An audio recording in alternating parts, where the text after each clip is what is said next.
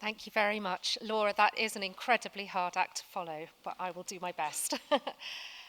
um, I'm going to do something very simple this evening. I'm going to tell two stories.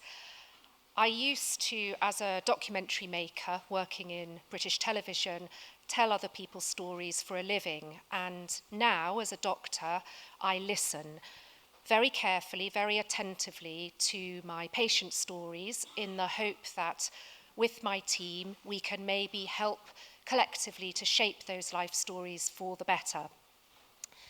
The author, Philip Pullman, who's no slouch at storytelling himself, once encapsulated the power of stories very beautifully, I thought, when he said, after nourishment, shelter, and companionship, stories are the thing we need most in the world. I believe that to be completely true, and never more so than in the NHS. Last week, I was struck by a particularly memorable example of the power of storytelling in medicine, when a colleague told me about a new initiative in the Royal Marsden Cancer Hospital here in London. One of the play specialists there had been wrestling with a very difficult problem, which is how to support children when they have to receive radiotherapy for their cancers. Of necessity, that entails a child being separated from their parent. They have to be in the scanner receiving the radiotherapy alone. And it's obviously potentially very traumatic and frightening for that child. The play therapist thought long and hard about that and came up with an ingenious and incredibly simple solution. She came up with magic string, as she called it. The magic string is a multicolored ball of twine, and the child in the scanner can hold one end of the magic string, the other end threads under the floor and is held by the mother or father. What a beautiful idea, a literal thread that is simultaneously a narrative thread, a story that that child can tell themselves while they're alone, semi-clothed in a cold room, facing scary equipment and behind a lead-lined door. They can tell themselves a story that even though they're there, they're holding on to their parent, and their parent on the other side of that lead-lined door is holding on to them and loving them. I work in palliative care in a wonderful hospice in Oxford, and so I'm intimately involved in the ends of my patients' stories, the ends of their lives.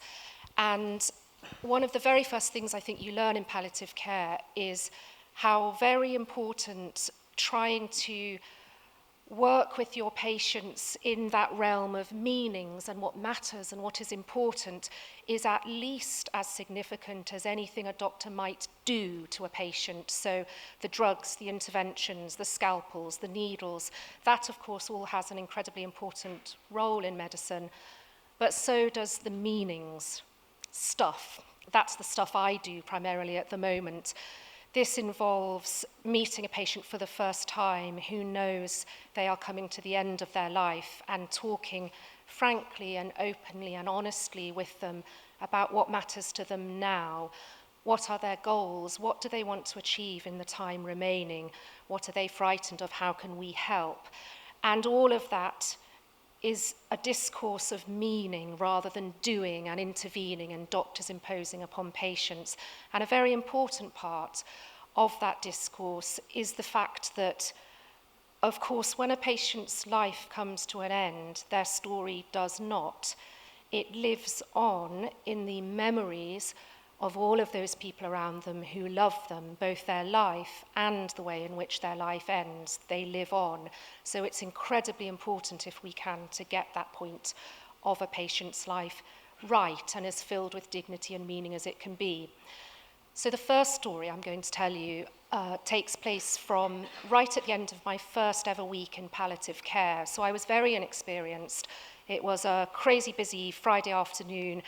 Always on a Friday, things go wrong. You're desperate to leave the hospital, get home, see your kids. You never do.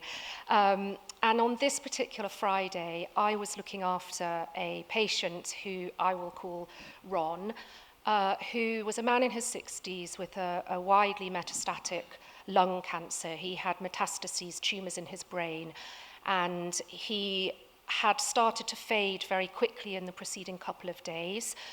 And by Friday afternoon, it was very clear that he was coming to the end of his life. He was perhaps in the last short hours of his life. Ron had been married to, again, I won't use her real name, Liz, for 50 years, and they had met, Ron and Liz, at school when they were 15 years old. They, in their own words, in Liz's words, were childhood sweethearts who were always going to get married. I had to tell her that he was dying now, and her response, unsurprisingly, given that her entire adult life had been spent with Ron, was dramatic and traumatic. She started screaming, and she couldn't stop screaming. Over and over again, she screamed loudly and hauntingly. Everybody really in the hospice could hear this. It was very, very difficult. It was her only way of expressing how she felt at that point. She was in Ron's room. He was deeply unconscious. She was with a great many family members. Everything was very highly charged and emotional, and I had to decide what to try and do, acting with not much experience and just a little bit of instinct. So first of all, I asked the 9 or 10 other family members if they would mind leaving the room and going off to a family room. And then when only the 3 of us remained, I put my hands on both of her shoulders and I looked at Liz and said, "Listen, let me ask you a question. Would you like to say goodbye to your husband?" And she stopped. She was thrown by the question. She said, what do you mean? I said, "Would you like to say goodbye to him as his wife? Would you like to lie next to him now in his bed and say goodbye to him as only you, his wife, might do?" And she said, "How can I do that? That's not possible." And I said, "It is possible. We'll make that happen." She said, "Yes, that's what I want to do." I was very relieved because I was going out on a limb. I didn't know if that was the right thing to say or not. So I went and asked a couple of the wonderful nurses with whom I work if they might come and help me. And there was a lot of maneuvering and repositioning, but we managed to gently move Ron right onto the side of his bed so there was enough space for his wife to lie next to him. And she lay beside him. We put up the side of the bed, and she threw her arms round him, she kissed him, she cuddled him, she told him over and over again that she loved him. And I left the room, we all left the room. About half an hour later, there was no noise now coming from the room. I went back in to see what was happening. The rest of her family had come back into the room, and she was in exactly the same position. She was lying next to her husband, cuddling him, talking to him, saying all the things she wanted to him. And just a moment or two after I went back into the room, he died. He exhaled a final breath and he died in the arms of his wife. And no one could pretend that situation was good, but I think it was more meaningful than it might otherwise have been. And in fact, a few days afterwards, Liz came back to our hospice to thank us for giving her that opportunity to say goodbye in the way in which she needed and wanted to her husband. And she said, "I will never forget that I had that experience with him." And for me, that story exemplifies 2 things. First and foremost, that even in a part of a hospital that can seem to be more black and bleak and full of fear and foreboding than any other part, a hospice, in actual fact, there is more than enough love to light the rooms. And what I find, what strikes me every day at work, is not the grief and the sadness, although of course those things are there. It is the love, the sheer quantity of the love that drives all of the grief and sadness. The hospice is a place that is saturated with love, and the sheer ferocity of the love I see every day in the families of patients I care for at the end of their lives, the ferocity with which they want to hold them and not let them go, is quite remarkable.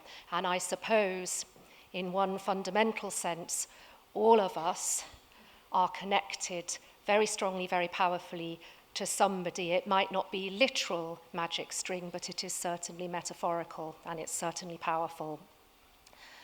Of course, not all deaths end as we wish them, and the second story I would like to tell you this evening is a very different kind of patient ending. And it takes place from almost a year ago at what was described at the time as the NHS's humanitarian crisis. So the British Red Cross used those words to describe what was happening in our hospitals last winter. There were thousands of patients up and down the country in corridors, on trolleys, in ambulances trapped on hospital forecourts, the whole system ground to a halt. There weren't enough beds, there weren't enough nurses or doctors. It was inhuman to such an extent that the Red Cross said, this is a humanitarian crisis. At that time, a colleague of mine was working in A&E, and she was asked to escort a patient who needed to be moved from the A&E department up to another level in the hospital. A bed had been found somewhere else for this patient, and they had to be moved now because there were no beds. There were people lined up in every corridor. Literally last winter, broom cupboards, store cupboards, hospital gyms, offices were all used to treat patients. Such was the state of crisis. She duly did as she was told. She was a very young and very junior doctor, and she went off with a porter to escort this patient to a bed on a ward. The patient was clearly very sick, but my colleague was obedient, didn't feel she could question what her senior had told her, and she went off in a lift with the patient and the porter. And at some stage, transitioning from the basement of the hospital up to the 8th or 9th floor in the lift, the patient died. The patient was dying. They were probably dying even before they entered the lift.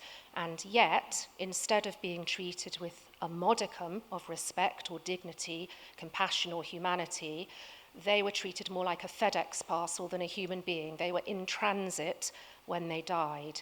Such were the pressures on that A&E department. You can argue that you couldn't actually fault the staff who were overwhelmed, overloaded, doing their best, but nobody could pretend that that is good healthcare, and certainly not healthcare that befits an NHS that wants to think of itself as a world-class health service. And this leads on to the NHS's own story. I think most of us in Britain have a story, an idealised narrative of the health service that we love to tell ourselves. For 70 years, since 1948, we as a society have come together through our general taxation to provide a health service that ensures everybody in British society who is unfortunate enough to befall illness will receive high-quality healthcare, irrespective of their wealth, status, voice, or power in society. We are kind and humane and decent enough to provide that for people in need. I think that's an ideal that most people in Britain subscribe to, and it's the reason why, in poll after poll after poll, the NHS comes out as the institution in Britain that makes us most proud, more than the Queen, any other institution. I suspect David Attenborough might top the NHS, but that's another story.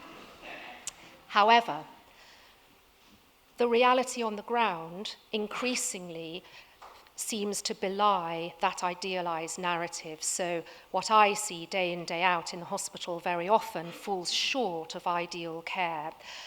And this is desperately worrying, I think.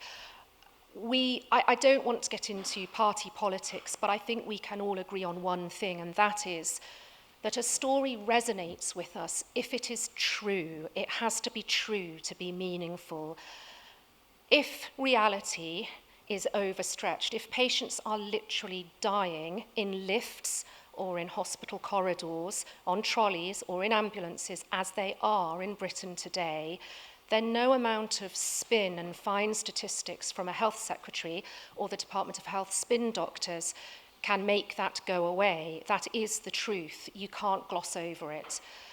And therefore, surely it's beholden on all of us, including our political representatives, to do something very simple, which is to have an honest debate with the British electorate about what kind of health service we would like. It's really simple.